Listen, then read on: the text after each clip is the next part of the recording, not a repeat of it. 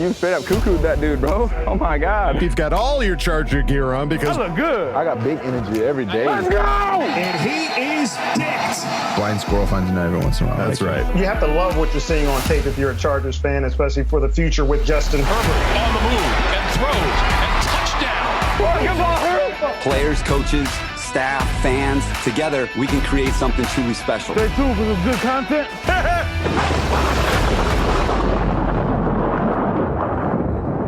Well, good morning, all of you Charger Chat fans. Welcome back to the Charger Chat. I'm your co-host, Wolldog, sitting with my buddies, Kev, Hug, and Duggan. Hey, guys, how are ya? Doing just fine, buddy. And let's not forget Kyle, the coach, Duggan. Good morning, boys. Good morning. Well, I have shaved all of my long hair off, so good riddance. Bye, Thor. Done with it. Be Zane. All right. Well, folks, we've got lots to talk about this episode as per usual.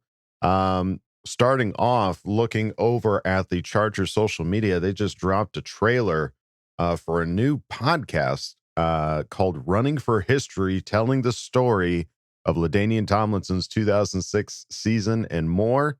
It's a 6-part narrative podcast. Episodes will come out every Friday, beginning November 5th, and can be found on the Chargers Podcast Network and Chargers YouTube channel. There's quite a bit of guests on there. Antonio Gates, Ryan Clark, Jim Trotter, 4-time Olympic gold medalist Michael Johnson, and many more. We're looking at all 6 episodes. They've already got the titles out.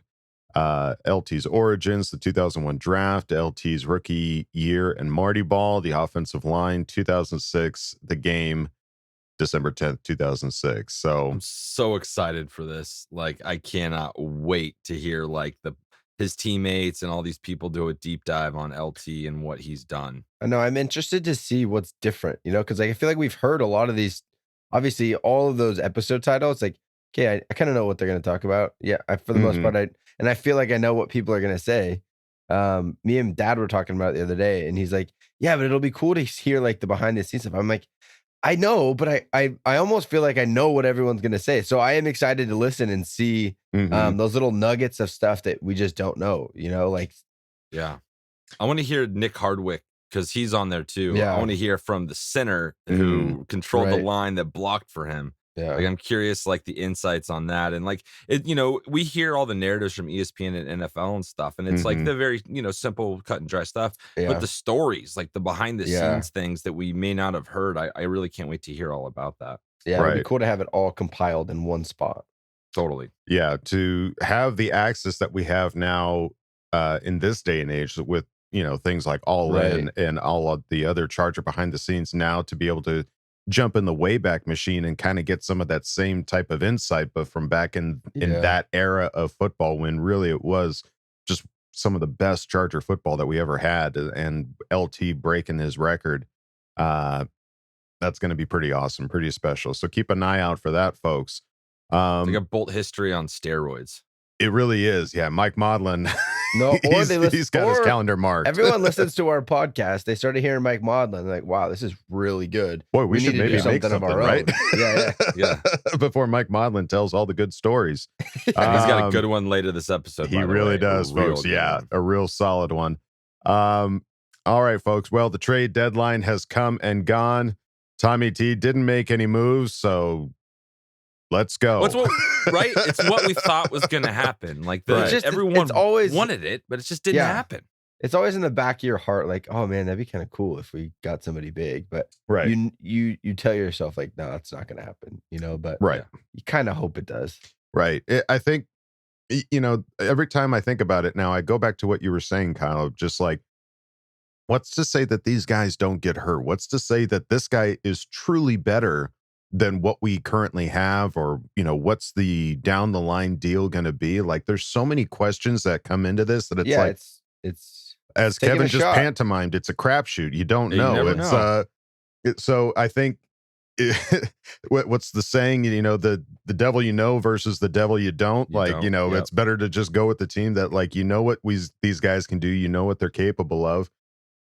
Let's ride that off into the sunset and let's see how far it takes us. And that's what Tommy T's proven, is he's more conservative. Yeah. He's not willing to take those shots. Right. And it is what it is. Exactly. We have a team that won 4 really tough games. I think they can win a lot more.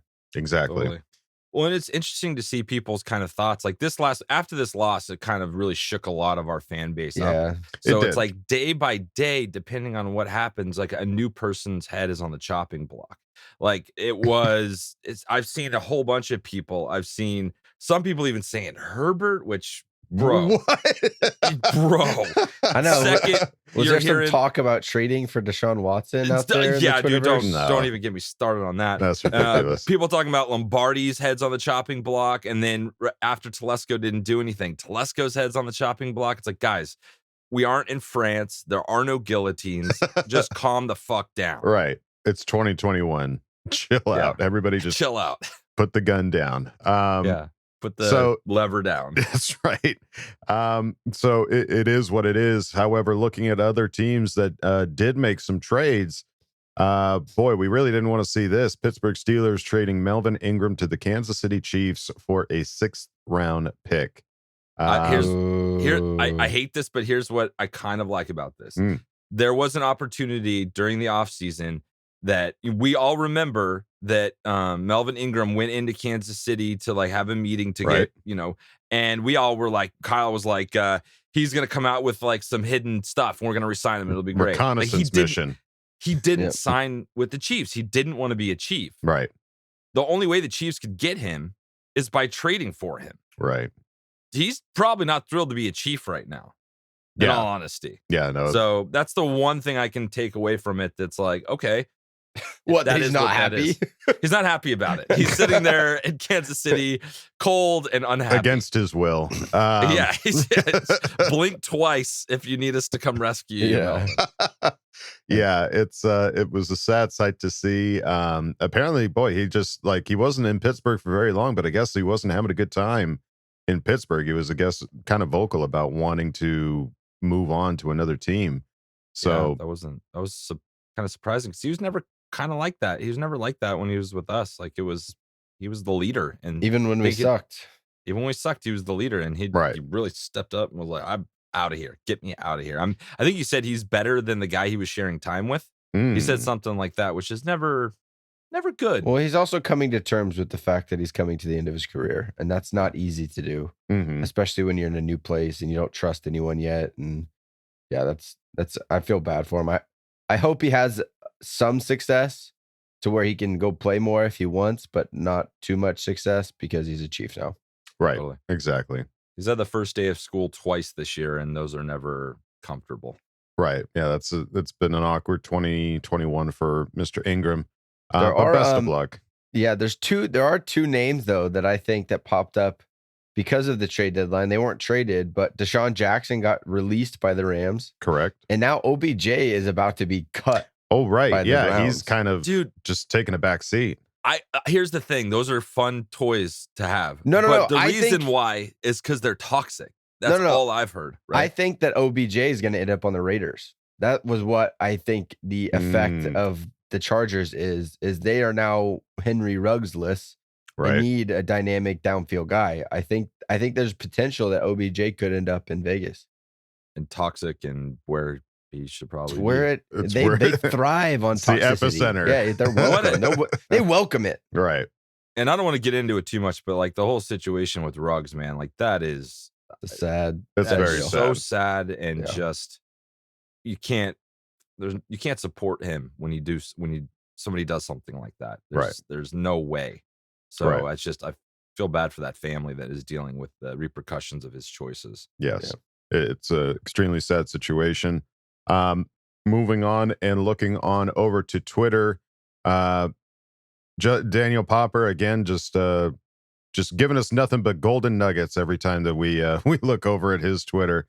Tweeted out, Justin Herbert shows up on the injury report with a throwing hand injury. He first injured it when he hit his hand on a helmet in the Chiefs game. I asked Brandon Staley today if Herbert was dealing with any lingering effects from that injury. No, Staley said Herbert was limited Wednesday. So, yeah, we all saw in that Chief game, there was a throw that he had. He hit a player's helmet with his hand, kind of did one of those, like, shook it off. That was like 4 weeks ago. It was a while ago, but I do recall in the Patriots game, they mentioned that, like, oh, Herbert, he's holding his hand again. So they didn't show a replay. I found it on Twitter. Somebody posted it. It was at that last drive. It was a throw to, it was a big pickup. It was like 3rd and 13 or 18 to Mike Will. And he threw, and then just the defender clipped his hand. Okay. It's as simple as that. So he finished, and he threw that bomb to Palmer. So, and he was throwing at practice. They were showing him work, practicing. Like, limited, such a weird thing. Like, you have to put him on there, but I don't know how limited he was. So there's concern, but I also did, when I was at the Kansas City game, I watched him walk out with a giant cast on, like, not a cast, but like a full wrap up on his hand. And we didn't talk about that again. So it's just, hopefully it's just playing it safe, because you never want to see your starting quarterback on the injury report. Mm-hmm. Well, the thing that's coming out now that has come to light is everybody is going like, hey, is this the reason why we've been struggling these last couple of games? Like, is this a lingering injury, or is this one that just kind of reemerged because of that final drive against the Patriots? Well, I don't think it is, because I saw somebody post, and basically they did, like, it's all the analytics guys all over the internet where they're talking about, like, throws and catchable balls and all that stuff. Mm-hmm. And Herbert's all of his balls have been extremely catchable. It's been dropsies. I'm not chalking any of this, like, his slightly injured hand is the reason why he's off target. Mm-hmm. We talked about it last week. He's been putting it on their hands. They're just fucking dropping everything. Right. So I think that's more of where it's at. Okay. So there you go. Put that to bed. Daniel Popper also tweeted out, Kenneth Murray was back at practice today and has been designated to return from IR. Chargers have 21 days to activate him. So what do you think? Do you think he's going to be playing anytime soon? Because they did the same thing with Justin Jones, and they activated him like the day before, and he was playing. Like, what do you think we're going to be waiting on this activation? I don't think so. I think they're going to be wanting every able-bodied out there right now, because we are in that, like, this is that part of the schedule that we've all talked about as being very winnable. So we got to ensure that we have the guys out there that can win that game for us. We're also super cautious on getting people back. Like, they are not rushing anyone back. Justin Jones missed 6 weeks. They are letting guys take their time to get back out there. Mm-hmm. Kenneth Murray, he rolled his ankle. Like, they let him sit on it pretty long to make sure that he's back. So I just really don't know. That this news to me doesn't indicate anything. Mm-hmm. Once he's like full participant, going, like, getting after it in practice, I'm like, yeah, he's probably gonna play. But I don't think not having practiced in now 4 weeks and then just activated for return means they want to see what he looks like, see what he's doing out there. I don't know. I'm hopeful that he does play on Sunday, but I don't think they're forcing people back before they're ready. Well, more likely the next week. Vikings. Hopefully. I don't know. Maybe he's fully ready. We don't know. We haven't seen what his status has been in practice. If he's been, if he's capable to fully practice or limited or any of that business. So, we will see. But if I'm a betting man, I'm thinking we're going to see Kenneth on Sunday. That's my hot take. I hope you hit. And then over, Gavino Borges tweeted out, Brandon Staley said Kenneth Murray's role is evolving, which means that he could get more snaps as a pass rusher when he returns from the IR. At Oklahoma, he was an effective blitzer due to timing and play speed. Chargers have also re-signed defensive line Forrest Merrill to the practice squad. I'd love to see Kenneth Murray rushing the passer, because we need to do it. And if you guys been I went back and watched the last game, and like seeing we stunt a lot. Have you noticed this, Kyle? We stunt a lot, and we seem to be running into each other a lot. Like what getting after the quarterback in that way with all these stunts and all these loop arounds and all this, like, crash down, cut around, like, do we just want to get back to just getting upfield and letting Joey Bosa just rush the passer? Well, teams are not allowing Joey Bosa to rush the passer. That's just the bottom line, is they're completely taking him out of the play by hitting him with 3 different guys. He's exhausted before he even gets to the tackle. So right. him they're just taking out. I would prefer to see Joey Bosa stunting more, because then you don't know where he's going to be. Him on just a one-on-one with the tackle, they're able to chip again and then double team, and so yeah, that sucks. I don't know. I think it opens up lanes for blitzes. So stunts are defensive linemen moving around, like Kevin suggested. That's just like if the nose tackle and the defensive tackle flip-flop gaps. So the nose tackle will boom right to the B gap, and then the defensive tackle will loop around. So those are stunts. But it opens up opportunities for blitzes. So if you're stunting enough, the offensive line gets used to moving, and then you bring a linebacker on a blitz, it should open up gaps. It covers up some of your inadequacies. So I know when I was coaching in high school, never had like an elite dominant defensive line. So I had to do those types of things to try to get pressure, to try to create something, get one guy through untouched. Them running into each other is just poor execution. But I don't think the idea of a stunt in itself is a bad idea. Well, hopefully we can, if they're putting so much emphasis on Joey that, Kyler Fackrell, like they got Kenneth Murray, get after it. Like you're not getting one of those offensive linemen is being shifted, so you have a better opportunity to get after him. So go do it, please. Big time, yeah. Any time that I keep seeing so much video of Joey getting either double or triple teamed, and it's crazy that like they're able to put that many guys on one player to stop his effectiveness and still make a play using three guys to stop one guy and still make a play with the other guys that they have on their side. So yeah, hopefully they get that figured out. But hey, good to see that there's at least talk of his play evolving. Like that's exciting that that he's got that capability, and also I think kind of speaks to possibly him coming back. I don't know if they've just been scheming while he's been sitting in bed, like that his play, or his role is evolving without, working with him on that and making sure that he's capable and ready to go for that. And also good to see Forrest Merrill coming back to the practice squad. Clearly been a fan favorite for everyone. Was so bummed out when he was let go, and I was like, oh my God, we're never going to get him again. And he's back. It's so funny how our fan base grabs onto these guys that really haven't done anything. And just like he is ours. No one can have him, or else I'm no longer a fan. Like that's what we turn into. Well, I love the guy. He's an awesome underdog story. But he's not done anything. Right. You deadlift one minivan and all of a sudden the entire fan base is behind you. So, well, it's good to see that he's back. Yeah, it is. And then one last tweet here. Dov Kleiman, former NFL we veteran. have no idea how to say his name. First or last. I'm sorry, Kleiman. Dov Kleiman tweeted out, former NFL veteran QB Phillip Rivers says he's open to listening to the Saints about returning to the league. Per the LA Times Farmer, last season Rivers took the Colts to the playoffs after spending most of his career with the Chargers and becoming their all-time leading passer.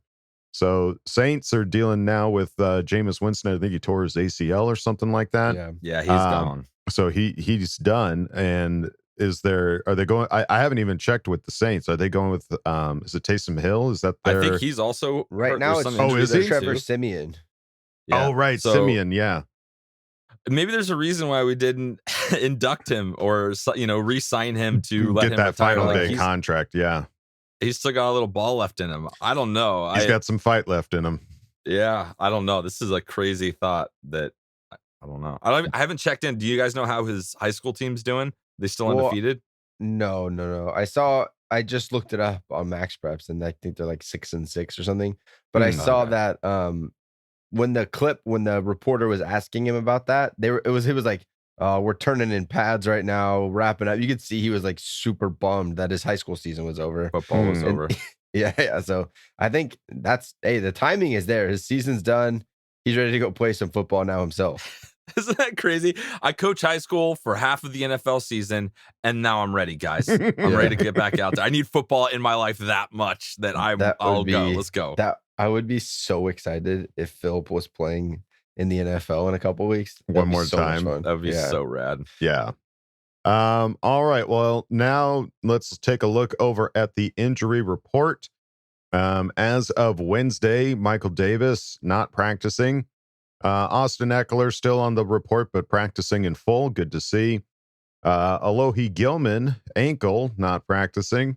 As we mentioned, Justin Herbert, his right hand being listed on that injury report was in limited. So who knows if he's just doing hand exercises on the sideline or what that all entails.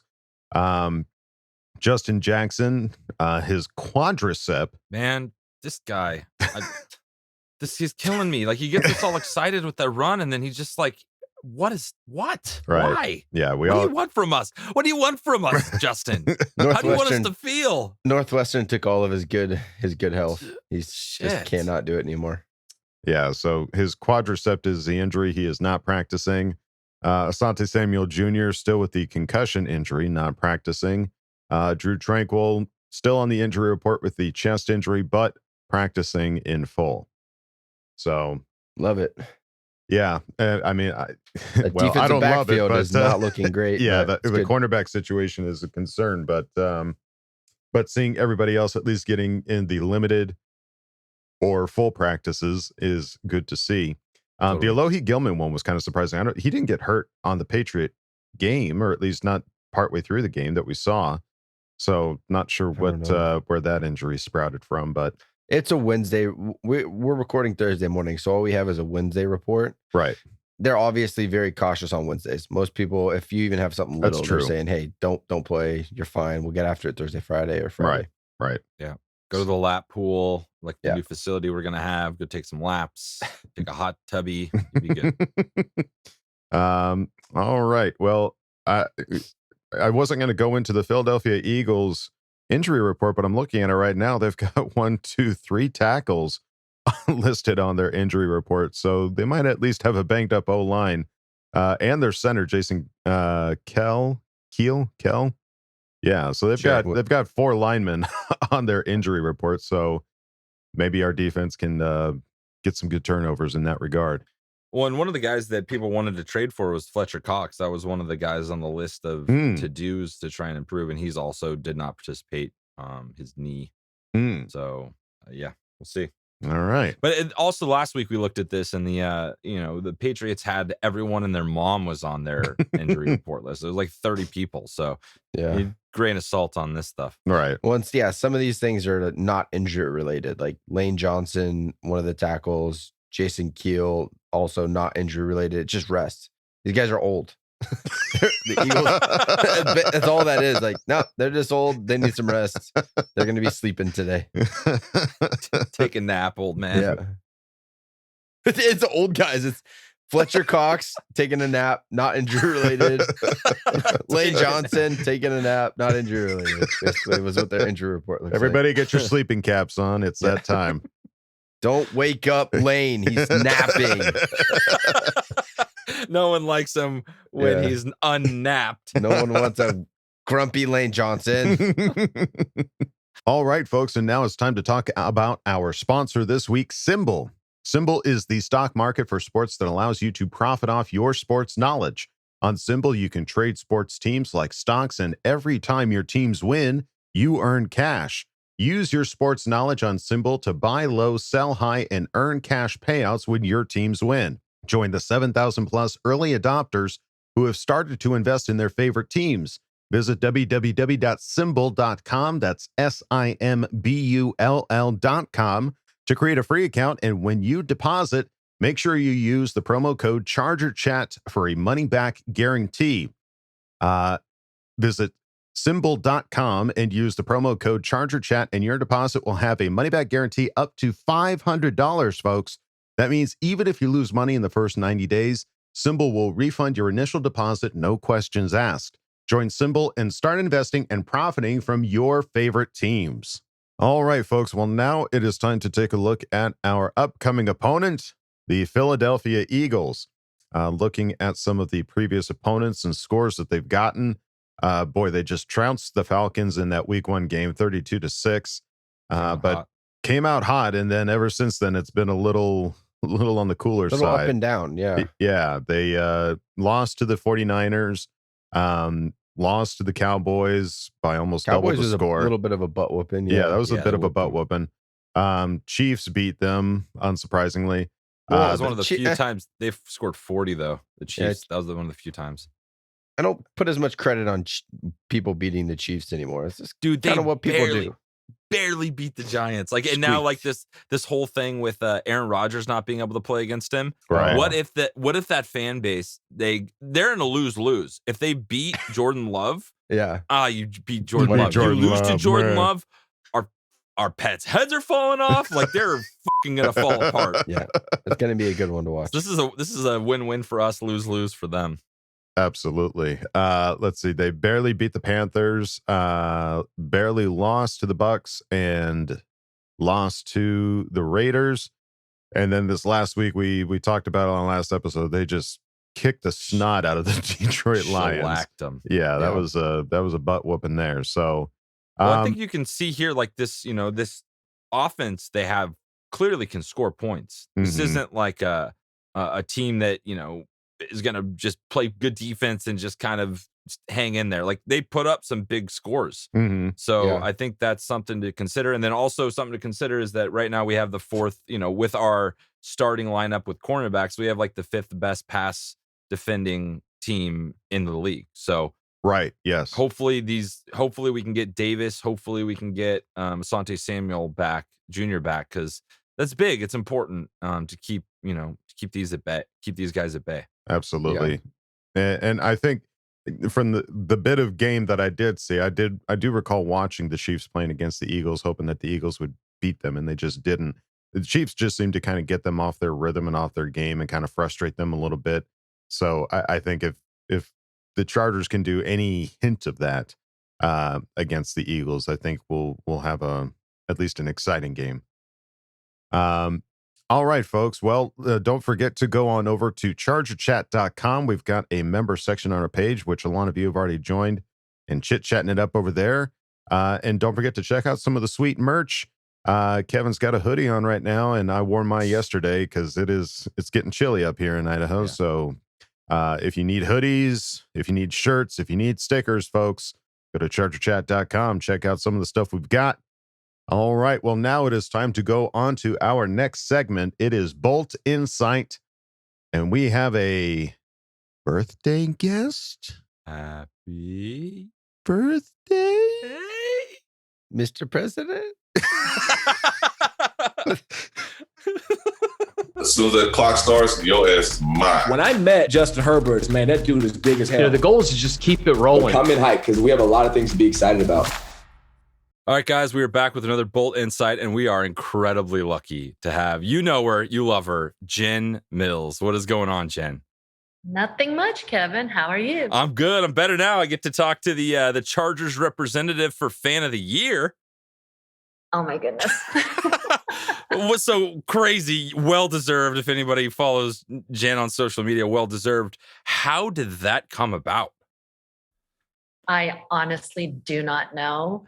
A few months back, I think some random fan mentioned nominating me, and then slowly but surely time passed, and then Karen actually mentioned that how she's gonna nominate me, and then all of a sudden I kept getting some DM messages, and then I just kind of forgot about it because it is what it is. If it happened, great. If not, that's great too. So I wasn't really thinking anything of it.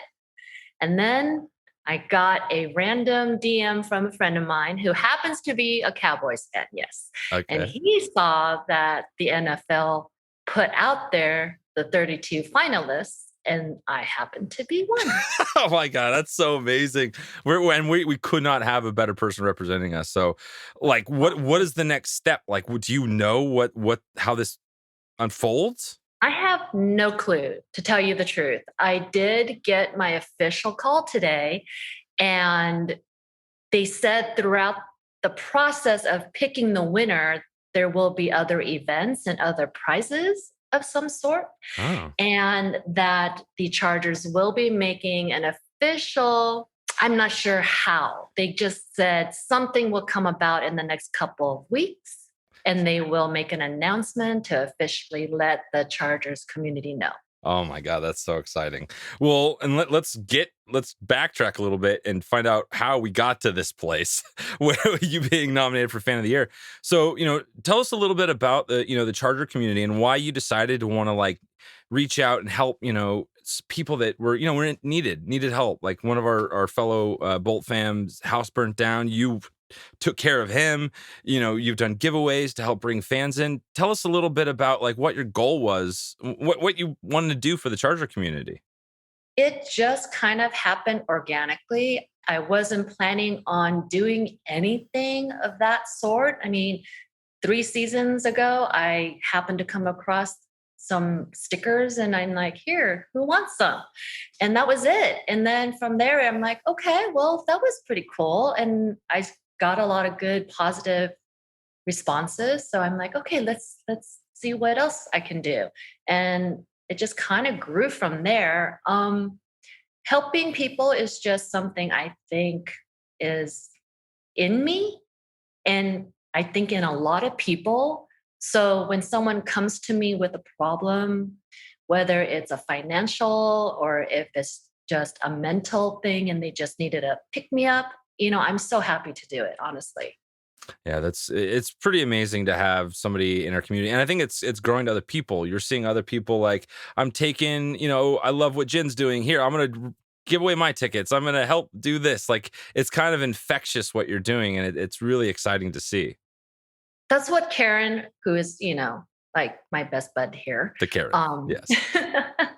She said that to me not too long ago, how she wants to do more with me and on her own, which is great. And how that has spread to other fans. And every time I get tagged on a giveaway, I'm just so jazzed because that's amazing because, there are a lot of people out there and there are people a lot as well who can't afford tickets, who can't afford a jersey, who can't, even afford to just get any type of memorabilia. So if I have the ability to do so, I'm more than willing to.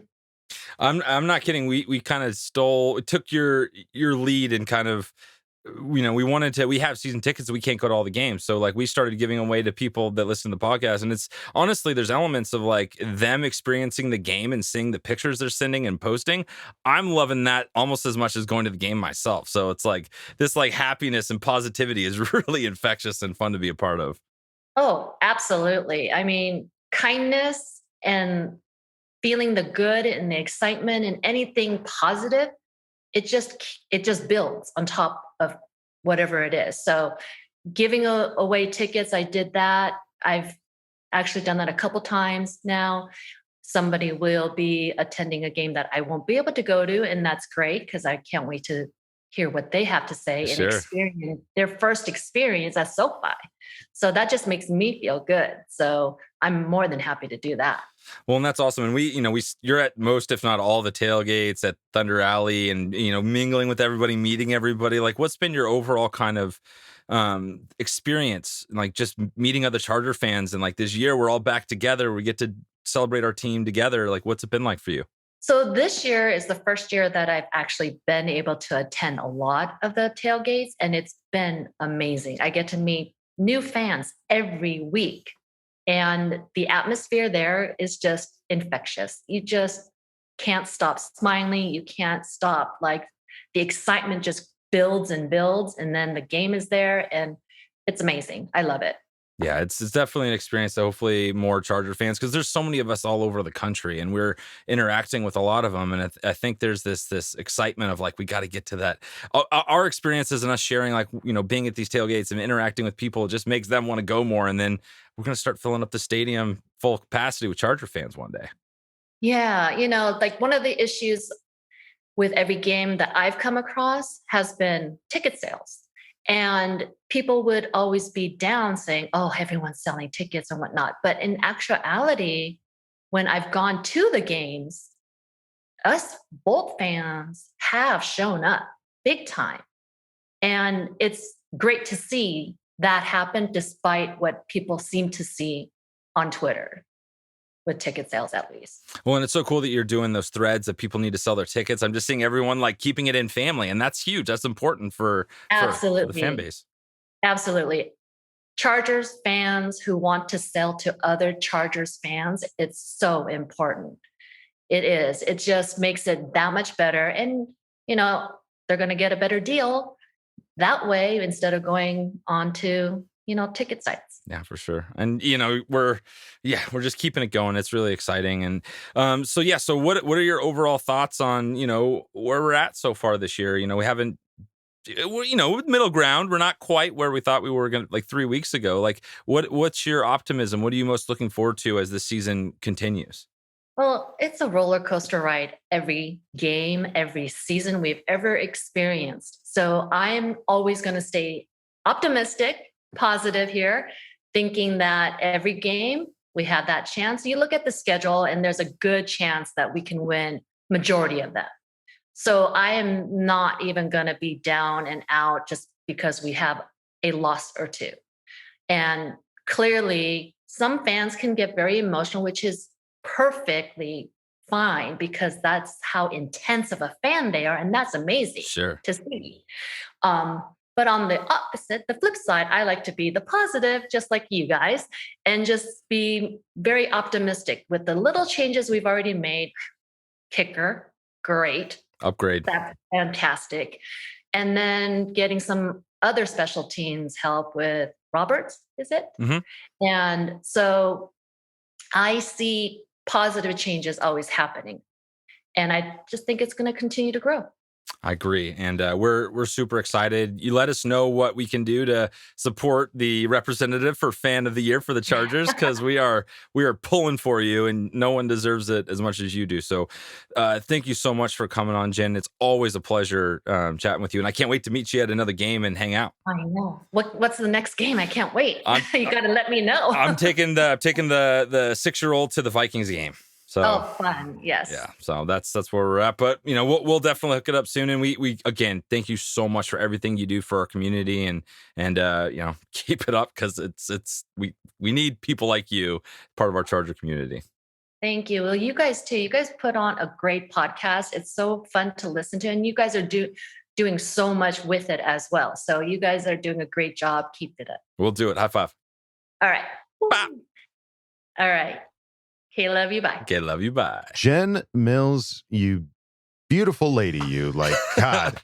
We love you, Jen. You are so full awesome. of every bit of positivity. You are the Charger Chat podcast. If the Charger Chat podcast was a human being, that's You're what it is. Spirit animal. You are our spirit animal. Jen Mills, spirit animal. But happy birthday, dude. Oh my God. Yes, happy birthday. Yeah, she just had a birthday November 3rd. So yeah. And quite a birthday she had. Cow. Saw some socials with some celebrity guest appearances. Right. Yeah. First it's like, oh, Sean Merriman was there. That's cool. You scroll some more. Oh, there's a video. Oh my God.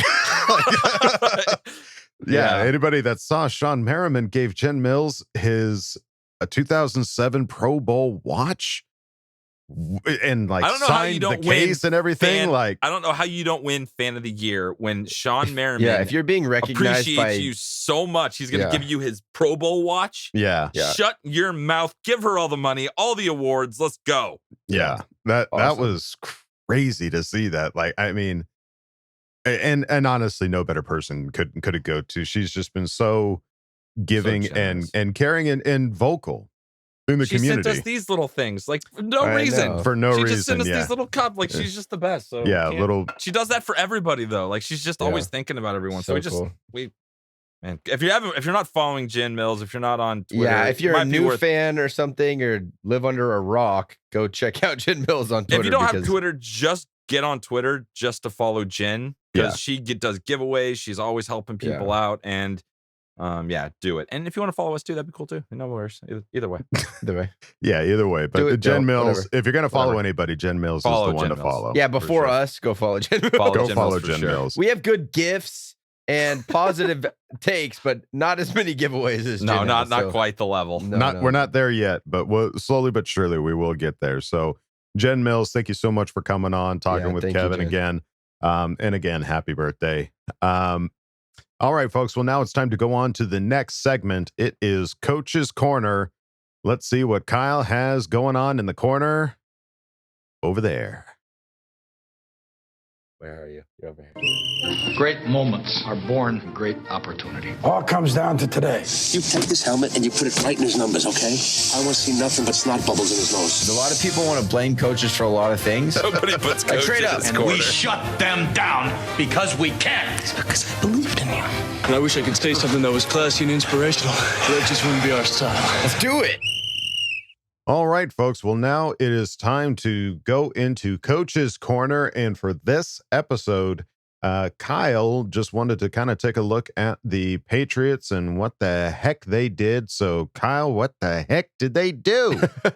Yeah, so I wanted to look at everyone's talking about, and I don't know how they're taking it, but the idea that somehow Bill Belichick disguised all of his coverages really well and confused Justin. And going back and watching the film, just watching pretty much pass plays because I wanted to see how he was reading coverages and such. I really believe that his decision-making was sped up because of the pass rush. I think that he came off of looks early and he didn't have time in his mind. He didn't think he had time, and most of the time he didn't, to go wait for those long routes to develop. So I wanted to look at and see what were they doing? What kind of movement were they showing us that could have confused Justin? Honestly, none of it was like, oh, revolutionary, brand new defense. So I'm really not buying that narrative that they showed a lot of stuff that he wasn't comfortable with. I really think at the end of the day, it was the pass rush that got to him. But I'll show some of these because it does look like on a lot of the plays where they were moving and doing a lot of late shifts. It may have just been a happenstance that those plays we didn't do great, or maybe it was getting in our head. And because of that late shift and him feeling the pressure, he didn't feel comfortable standing back there, reassessing what was going on and dealing the ball. But this is actually the first time in the game that they showed any type of disguise. Our first touchdown drive, they were in man pretty much the whole time. It was just man to man. So that is what we anticipated. They talked about it in the press game or the post game press conference. They anticipated man because that's what they ran a lot of. And that's really what we got to come out to start with. And we went down and scored pretty quick. Our scripted plays were designed. Scripted meaning Coach Lombardi has 10 or 12 plays, 15 plays. He's already written them down on Saturday. These are the first 15 plays of the game as long as we stay on track. And he probably designed it against man. So all of these plays were successful. We scored a touchdown. But here now at the end of the first quarter, after the first two drives, they start to disguise a little bit. And what we're going to see is they start in man. Everything here looks like man to man, right? It looks like we have man here. This is going to be watching for running back. He's man, man, and man. And then you have one high safety. So it looks like man across the board, which is what they've been showing us all game. But then last second, they're going to shift into a two high look. So this guy here, I believe it's one of these two, is going to drop out and they're going to have two high safeties. So now it looks like they're in cover two. Pardon the drawing. It's going to look like they're in cover so two. Many dicks in your corner. and then right at last second, that safety that came back is going to drop back down. So there's almost three looks built into one in this play. So safety drops out. Now you got two high. Justin saw that, but now he drops back down. And they're in one high cover three. Now, as you watch, again, I don't know if it's safe to say that he was confused, because as you watch, I mean, our pass cover, our pass protection is just, it gives up quick, and he's now having to make moves and try to diagnose, right. Turns it into a 10-yard gain. But in all honesty, everything was pretty well defended. I don't know if it was necessarily you could say he was confused, but you could also say that they just had good coverage on this play, and there wasn't really any wide openings that he could have thrown the ball to, right? Everyone's pretty well covered up. He turned it into a 10-yard gain. But that was the first time that I saw in this game that they actually did try to show some movement pre-snap to confuse us a little bit. And it was a good play. I mean, they went man to two high, back down to one high, but running cover three. There was a lot going on in that play from pre-snap all the way through post-snap. But I can't say definitively he was confused. He may not have. It looks like he stepped up, tried to register, no one was open, tucked it and run, and picked up 10 yards. So can't be too upset about that one. All right. So there was a lot of talk about there has been a lot of talk about this idea that they took away everything deep and we had to settle underneath and then try to, once they get done with us dinking and dunk them, then they come up and then we try to take a shot deep.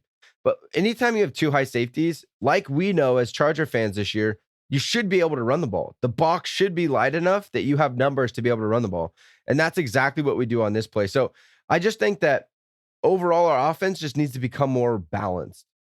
We love to throw the ball, but you have to have a running attack to manipulate the defense. So if they're going to go too high like this, these are the types of plays that we have to have consistently, being able to run the ball. And I think we did a decent job in it in this game. So I don't know if you can say necessarily that, hey, they took away everything deep and that's why we didn't have a successful game. When they went real hamstring, quad. It was a quad. Sorry. Yeah. He was thinking hamstring pull, but then he went quad there at the last second. Sorry. But I don't think you can blame it on, hey, they took away everything deep, so we had to settle underneath. Because when they went to those real two high shells, we ran the ball really, really well. We had two huge explosive runs. So I'm not buying that excuse that's why we weren't successful, is because they took away everything deep. I don't think that's the case, because we had plenty of plays like this, two huge running plays that would say that, hey, when they took away everything deep, then we gashed them up on the ground. All right, so this play is one of the times we tried to go tempo, and everyone is like, hey, tempo, we got to go tempo, catch them off guard, keep them simple. And I agree. I love mixing in tempo. I don't think we do it enough. But one of the things that tempo does, especially if for whatever reason we're not used to it, or in this play, I think Justin just rushed it. You don't evaluate the field as much, right? Play caller can't evaluate defense as quickly. I mean, those guys are on the headset almost, I think it's like 10 seconds left on the play clock, and they're still talking to the quarterback. So you can be talking to him in the huddle. They break the huddle. You can still be talking to him, and then the mic cuts. But this looked like a rush play. We went no huddle. You can see the official here is still backing out of the play. So this is quick, no huddle, get to the ball and let's convert. This is on 2nd and 1. So we picked up 9 yards on first. We're like, hey, let's go get the first down. Let's go. Let's see if we can catch them. It turns into a sack because we don't evaluate the field. The defense, if you like, there's nothing here. You can't tell what they're doing, right? It's just a mumbo jumbo of a bunch of players standing around. So as Justin comes up to take the snap, this is a pass play. I don't know what they're running. He doesn't know. No one knows what they're in. You know, it's like, this is just 11 guys standing in a big mosh posh. So it's hard to evaluate and know where guys are going to end up. So what you'll see is last second, what we have is we have the same route on both sides. Some combination of a vertical route with a guy to the flat, a vertical route with a guy to the flat. Now it's 2nd and 1. So Justin's thinking, hey, I'm going to get the ball out quick, get it to the flat, let him run upfield. But you have the same route on both sides. So you should be able to evaluate, see which side you like better and go.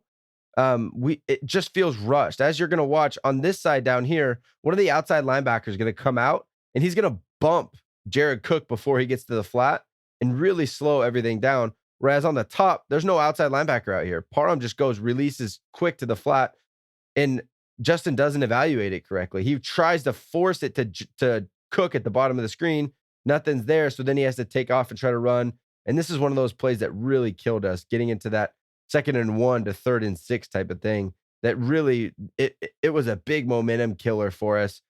Turned into a punt here on this play because we tried to force it down to the bottom instead of just looking to the top, where you can see Parham gets open pretty quick. He gets separation. He's in the flat. It should be an easy pitch and catch for a first down if you look at the top. Right here, that should have been boom right away. Let's go to it. Let's get that first down. Tries to force it to the bottom where they just have more numbers. They have this backer to the flat that they ran over. They have 2 on Keenan, who's not been extremely consistent with catching the ball.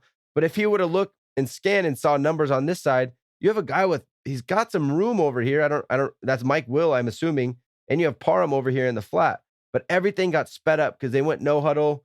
They didn't get an actual look at what the defense was doing. And he tried to force it to his playmaker instead of evaluating and actually going to the open receiver. So a situation where I think that Justin made the wrong read. He would probably tell you the same thing. And I think it was partially due to us trying to go quick tempo when we haven't been doing it really much at all in this game. Interesting. So the tempo can even throw off the offense when you jump in without having to do it. So the tempo giveth and the tempo taketh away. Double-sided tempo blade. It's definitely you give and take. You could catch the defense because they're they're not ready, they're unexpected, they're shuffling, but the offense is the same exact way. Like, you can't just stand there forever and I know exactly what everyone's doing. I know this coverage. I know that this backer is lined up here, so they might go into this. No, it's all right. We have the play called. I think I see everything. Let's go. And then sometimes you get it wrong. So there's definitely a risk to going no huddle as well. All right. So here, this is a disguising coverage. So they start with 2 high. What I found by watching the game, anytime we go to 3 receivers, they man up on the backside, and then they're running some variation of a zone to the 3 receiver or trip side. Later in the game, we start to try to manipulate that, and they actually switch it up, which compliments to them. They didn't just stay in the same thing against the same look every time. Part of what Bill Belichick did to help disguise what he was doing. But here, they start in 2 high, so it looks like some kind of a variation of cover 4 with this corner being off and a cover 2 potentially if he rolled late. So that's the thought at the beginning. But then what you'll see is as the play developed, this corner jumps down into the hook curl, almost a flat, and this corner drops way out. So they go into almost a cover 3 look on this side. They're in man here. This safety is going to drop, and then he's looking for any crossers coming, but also he's help over the top for the number 1 on top. So there is a lot going on here from the simple look at first. But if we know that this is what they're giving us, which I'm sure we knew by watching tape, that when we go 3 by 1, 3 receivers on this side by 1 receiver on this side, they're going to get some kind of a split field coverage, meaning they split the field in half. These guys are running one thing, and these guys are running something completely different. So on this side of the field, it looks like cover 3. On this side of the field, it looks like cover 2 man, with this guy really being a help on any vertical routes coming this way. And this is late movement, a lot going on, and Justin picks it up and delivers a ball right where it needs to be, even while being tackled. But this is one of Keenan Allen's drops that really, really hurt us. This is a 3rd and 6, would have been a huge pickup. But watch, you can see all the movement. You see the safeties now starting to move. He goes down, corner drops out. Now Keenan comes across the middle wide open. Justin stepped up to avoid pressure, delivers a ball, and he just doesn't complete it. So you can't blame how intricacies of defense late shows. Justin saw it all, picked it up, and delivered the ball where it needed to be. In this situation, we couldn't come through with the play. So you can't single, hey, this is what we did wrong. Justin can't pick up late movement. That's not the case. He can. Sometimes you'll catch him. Sometimes he'll catch you. This time you can't catch balls, especially for easy first downs on 3rd and 6. All right. So this last play we're gonna look at. There were some cool little things going on here. This I do think, to start with, Justin misses the throw. I think he throws it in the wrong spot. I don't think he sees corner.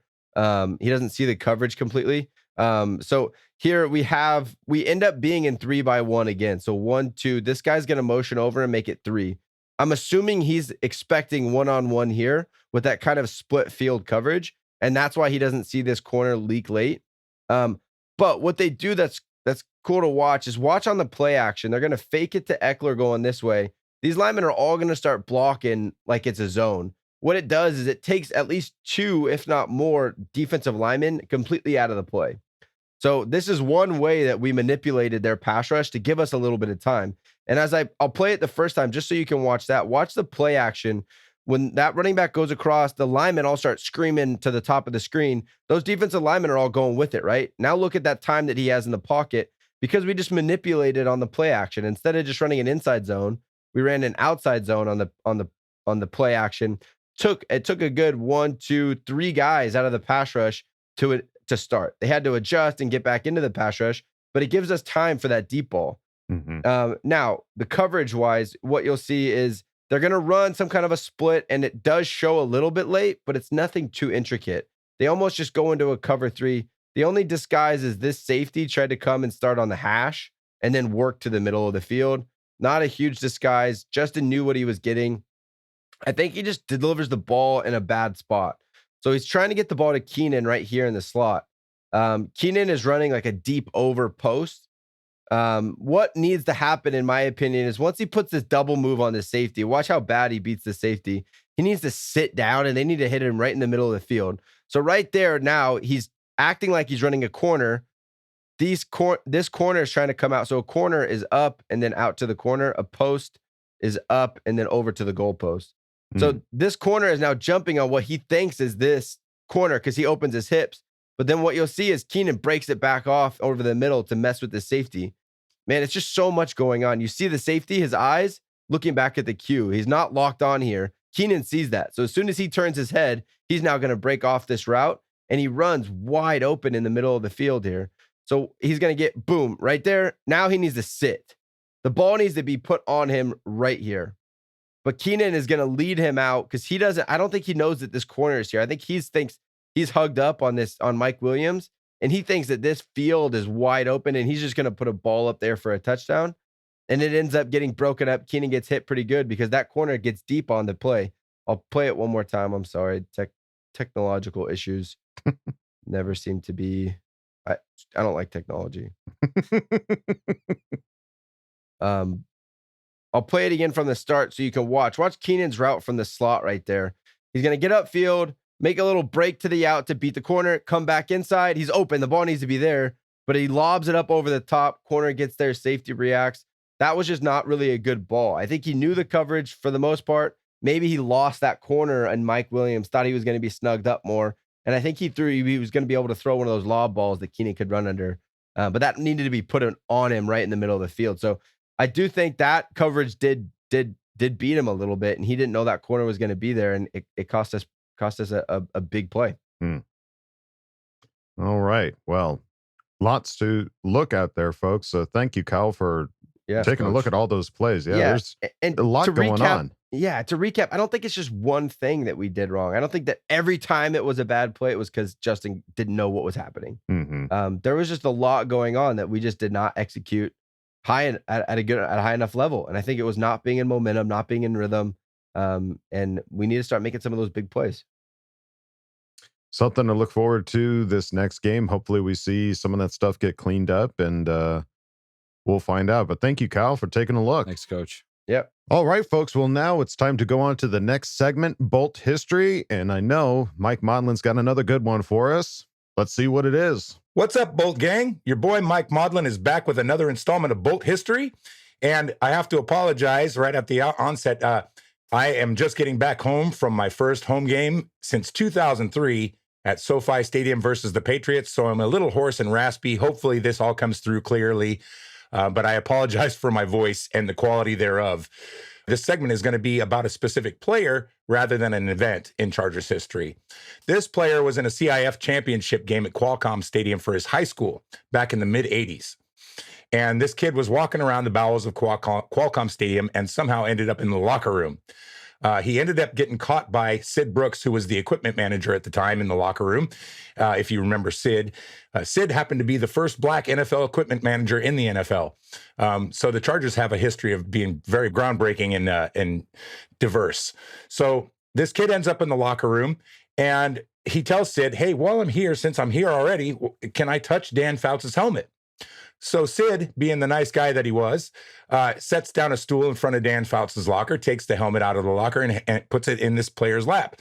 So the kid spends about 5-10 minutes just adoring this helmet and losing his mind, you know. And so he exits the locker room, and Sid thinks that's that. Nope. The kid arrives about 5 minutes later with about 6 or 7 of his teammates. And when they get in the locker room, he points at Sid and he says, "Hey, there's my friend Sid right there. He'll let us touch Dan Fouts' helmet." So of course, Sid is the nice guy he is, allows the kids to spend another 5 to 10 minutes just tripping out over the helmet. And of course, being in the locker room as well. This particular player that I'm speaking of ended up being drafted 5th overall in 1990 by his favorite team, which happened to be the San Diego Chargers. If you couldn't tell by now, I am obviously referring to Junior Seau. Junior Seau, number 55, was a Chargers living legend for so many seasons. He made 12 consecutive Pro Bowls. He was elected a 10-time All-Pro. He was the Walter Payton Man of the Year, Defensive Player of the Year, 1990s All-Decade Team, and the NFL 100-year anniversary All-Time Team. That's how impactful the man was on the football field. He unfortunately was traded to the Dolphins in 2003 for a conditional draft pick. He played for the Dolphins for a few seasons, and in the 2003 season, Week 7, it was the Dolphins at the Chargers. So this was supposed to be his big homecoming game, But unfortunately, at the time, there were wildfires in San Diego, so they had to play the game in Phoenix. So he was really disappointed about that. And so were the Chargers to a certain extent. And Junior Seau said that that was the hardest game he ever had to play in his life. And I imagine that would be the case if you had to go up against your favorite team after having gotten traded by them. In his last 2 seasons with Miami, he was often injured, so he didn't play a whole lot of games. He only played 13 games in his last 2 seasons with the Dolphins. They ended up releasing him in 2006. And then he retired. But then, 4 days later, he unretired and signed with the Patriots. He thought he was going to have a good shot at winning a championship with them, but unfortunately, that was not the case for Junior. He never won an NFL championship, unfortunately. He permanently retired in 2010, and then after his passing, he was elected to the Pro Football Hall of Fame in 2015. Junior Seau obviously had a huge impact on the field, but he also had maybe an even greater impact off the field. He was raised by his mom to be very helpful towards others and to lift other people up. One of the things his mom used to tell him and his siblings were to go out and make happy. She told them that every day. Go out and make happy. And if you ever had the chance to meet Junior, he was the nicest guy. He always treated you like you were the best friend that he's been missing for the last 5 years. He would call you buddy and throw his arms around you and give you a hug. And I actually got to meet him on TV after the Chargers-Raiders game at Seau's, the restaurant. And I don't remember what year that was, but it was the last game of the season. The Chargers beat the Raiders, and everybody partied up at Seau's. And they used to have the post-game report at Seau's.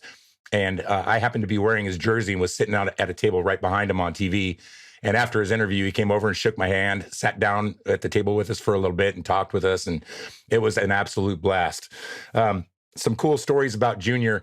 There was a kid, a teenager at the time named Eric Olson, who ended up becoming an offensive lineman for several NFL teams between 2010 and 2015. Eric Olson, the last played for the Cleveland Browns. But when he was a teenager, he was at a youth football camp that was being run by Junior Seau. And Junior at one point challenged all the kids to go up against each other one-on-one in front of the whole camp. And Eric, being one of the bigger kids, probably the biggest kid at the camp, his buddies all volunteered for him to go up against Junior Seau.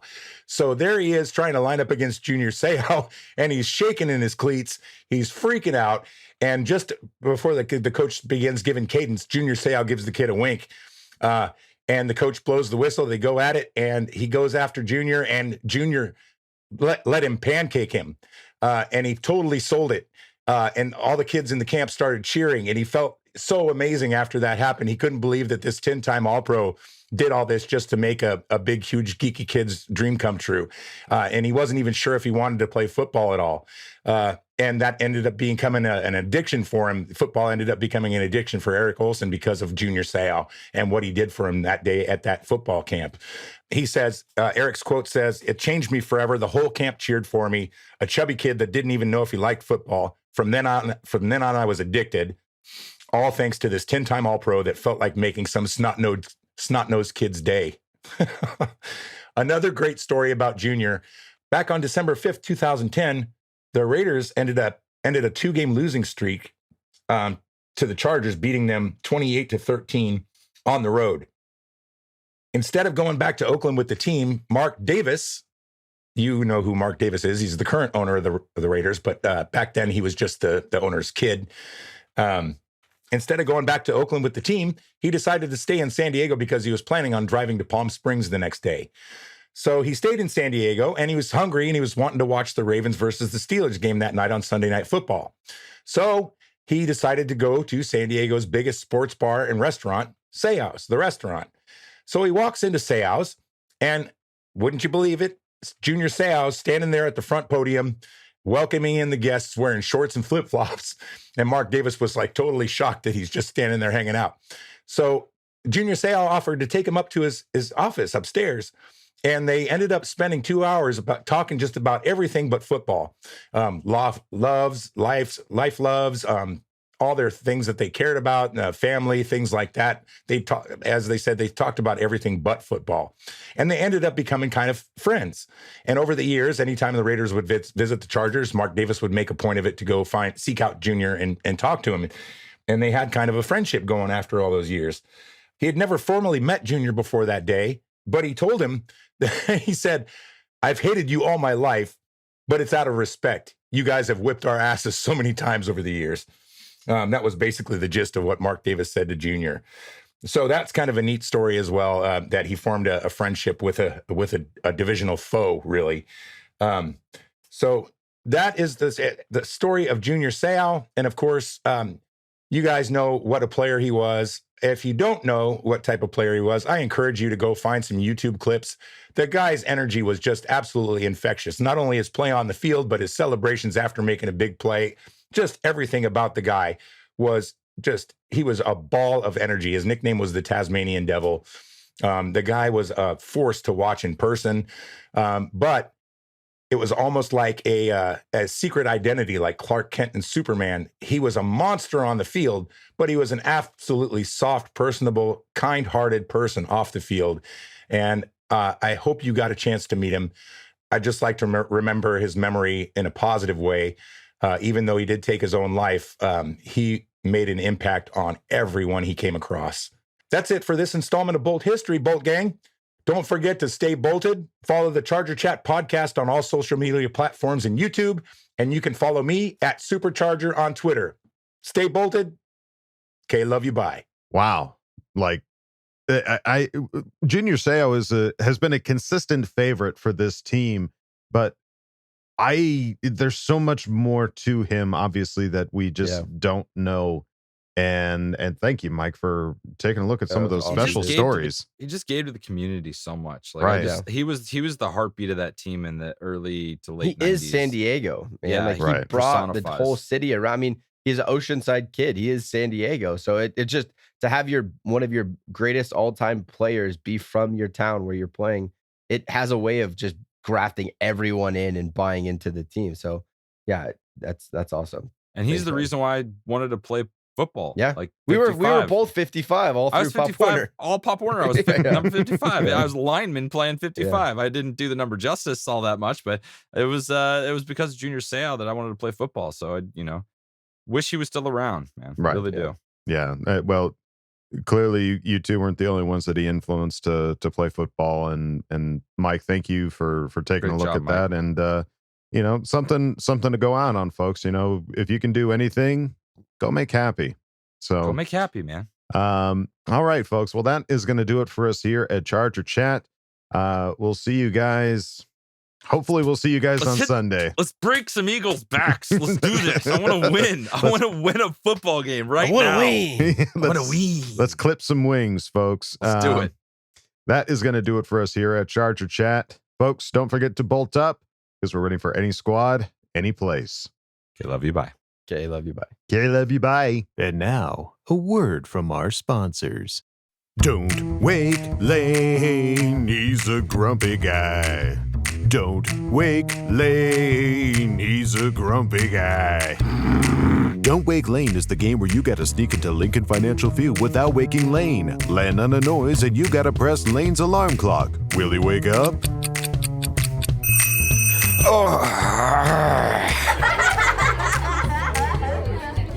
Don't Wake Lane.